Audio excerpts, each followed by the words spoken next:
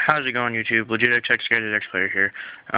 Just doing a deck profile of my Geargia machina deck. It's kind of for like three or four events in a row. I have one invite, a one map, a top 8, and then just this past weekend I won a box tournament. So I'll just show you the build that's more recent. But yeah, I've been doing pretty well with this deck. I like it a lot. So let's get on. 3 Geargia Arsenal. At first I was only running like 2 in some builds, and some I was only then some I was running 3. The reason I like 3 is just the consistency it adds. Like, want to open armor as much as possible. Like game 2 you probably goes down to 2 a little bit more, but yeah. 3 armor. Obviously, like, the reason your deck's really good, other than like this guy, like these guys are like the engine that searches your other engine, will help you get to that point. So I play 3 Gear Frame. 2 Fortress. I only like 2. You only really need to ever have 2 just so you can make big guy. And like, other than that, it's not really good. And then I play 2 Cannon instead of 3 and 1 like most people, because most of the time it'll go like your first 2 Gear Frames will get 2 Fortresses, and if you draw your third one, you get this. Because you wouldn't want to get the third Fortress because you can't pitch for the other Fortress. So that leaves it either the other Fortress or this in deck, and I'd rather have that in deck. So yeah. And then I also play 2 Effect Veiler.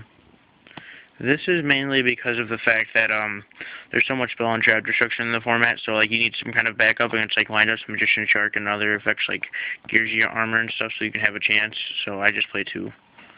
So that's my monsters, and it is 18. Yeah, 18. And then for my spells, I play Reborn, Dark Hole, Storm. I play Double Typhoon. I didn't like the hands of opening it. Like, adds more consistency to the deck, where you just play 2, and then I actually play 2 Lance, because like you don't really want to blind space, so you only really want to try to end phase space like Warning and stuff. But this gets around every other card that you're worried about. So it's either they use 2 cards to get around your card, or your guy goes through and you search your Gear Frame and kind of win, because that's where you usually win. Because then you can just equip the Gear Frame to the X and then sit and then get an extra plus. So yeah, Lance is pretty good over like this, like it's plus like Chaos Dragons and stuff. I mean, this might change with the Atlantean stuff that came out. I don't really know. Alright, so and then I played 2 Duality, which adds consistency. I was originally playing like one build I played and got an invite to met with, played card cars, no dualities. The one I top 8 would played dualities and card cars, and I kind of just took card car out because like it adds consistency to the deck, but it slows it down too. If you really think about it, it slows it down a whole turn, because you have the card hoping that you get armor. So then you get the set armor, then flip it again. Where like if you just had armor in the first place, you'd be fine. And then the other problem that I had with it was, if I already had armor, he never got used. So I'd rather play like either a thinner deck or like better cards. So I just thinned down my deck from 42 to 40. Then staple Avarice refuels your whole engine, so nothing wrong with that. 10 spells. And then for traps, I play Road. This is just like, I don't know, this just adds like security to yourself. Like, it's pretty good. Like, I resolve it all the time, so it's not bad, I guess, but it's like, I don't know, protects your other 11 traps and lets you go aggro, so like you don't have to worry about Tor and stuff. But if it's early, you do have to worry about Tor usually, because like if they just Tor Geargia rather than the armor accelerator play, then this isn't even doing anything for you. So sometimes I wonder about whether or not I should play that card, but like, I don't know. It's always gotten off for me, so I like it still. The 3 Sounds pretty standard. 2 Bottomless. Another card that's kind of like weird for everybody this format, but I kind of like it. It's just really standard. Like, it's great against windups when you start, bad when they start. So it's like, I don't know. Like, it's just really good, like, in my opinion. Like, Bottomless Geargia, again, I'd rather do that than, like, Deep Prison if I had to. So, I mean, I think 2 Bottomless is kind of standard for most decks now. Then I play 2 Deep Prison. You need as much protection for armor as possible, so that way you can resolve his effect. because you have the main problem, honestly, is when they can attack over armor and just make it float, because that's not even that good, because you're just going to try to get more armors and like try to find protection for it in your draw. So 2D prison's pretty good.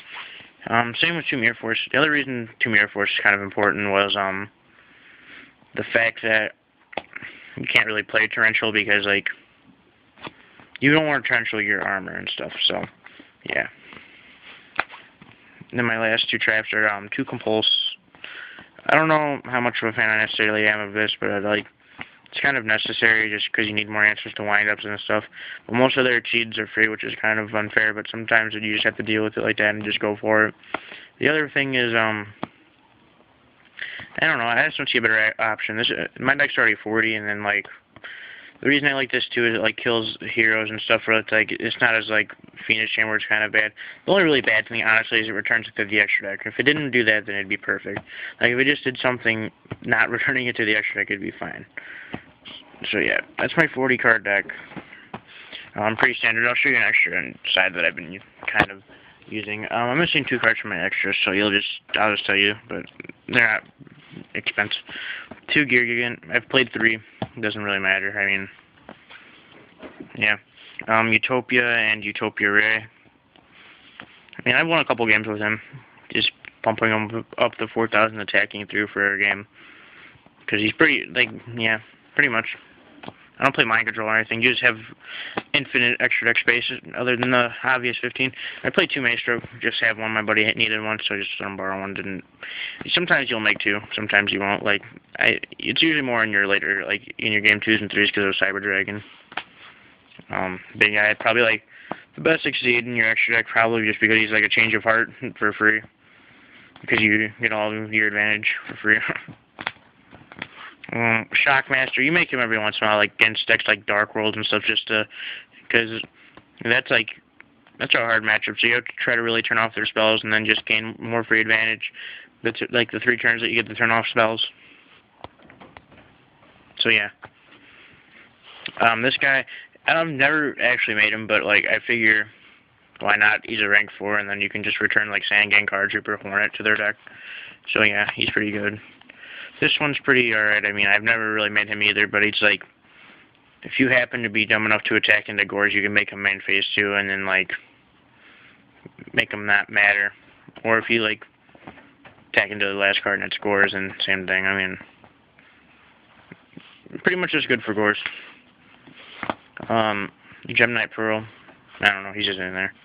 You don't really ever make him either. Zenmeister, he's like, doesn't matter either. Honestly, like, I'd probably have him be Roach, just don't have one. Kachi Kochi Dragon, you make him every once in a while, just, like, attack for game. He's pretty cool like that, so. And then the other one I'm missing is, Pap Imperative, and then that's just because, like, again, I said I left it somewhere at my buddy's house.